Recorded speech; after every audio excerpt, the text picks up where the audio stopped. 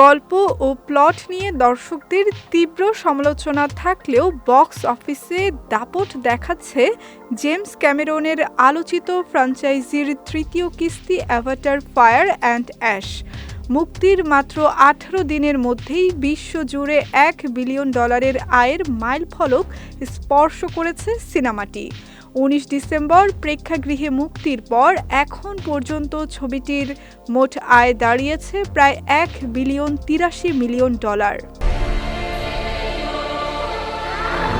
Box office সূত্রের বরাতে বিনোদন ভিত্তিক সংবাদ মাধ্যম ভ্যারাইটি জানিয়েছে, মোট আয়ের মধ্যে যুক্তরাষ্ট্রের অভ্যন্তরীণ বাজার থেকে এসেছে $30 কোটি ৬০ লাখ, বাকি $৭৭ কোটি ৭০ লাখ এসেছে আন্তর্জাতিক বাজার থেকে।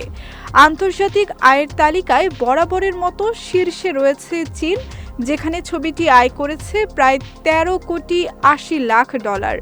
এরপর রয়েছে ফ্রান্স $৮ কোটি ১০ লাখ এবং জার্মানি $৬ কোটি ৪০ লাখ।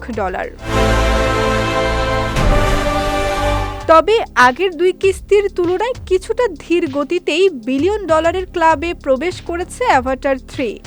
২০০৯ সালের অ্যাভাটার ১৭ দিনে এবং ২০১২ সালের Avatar the way of water মাত্র ১৪ দিনেই এই রেকর্ড গড়েছিল। তবুও ২০২৫ সালে ডিজনির তৃতীয় সিনেমা হিসেবে বিলিয়ন ডলারের রেকর্ড গড়ল এই ছবি। এর আগে লিলো অ্যান্ড স্টিচ ও জুটোপিয়া 2 এই কৃতিত্ব অর্জন করে। আয়ের সাফল্যের বিপরীতে দর্শকদের একটি বড় অংশ সিনেমাটির দীর্ঘ সময়সীমা ৩ ঘন্টা ১৭ মিনিট, দুর্বল সংলাপ ও অগোছালো গল্প নিয়ে অসন্তোষ প্রকাশ করেছেন। কেউ কেউ একে সময়ের অপচয় বলেও আখ্যা দিয়েছেন। তবুও সব সমালোচনা ছাপিয়ে বক্স অফিসে নিজেদের শক্ত অবস্থান ধরে রেখেছে অ্যাভাটার ফায়ার অ্যান্ড অ্যাশ।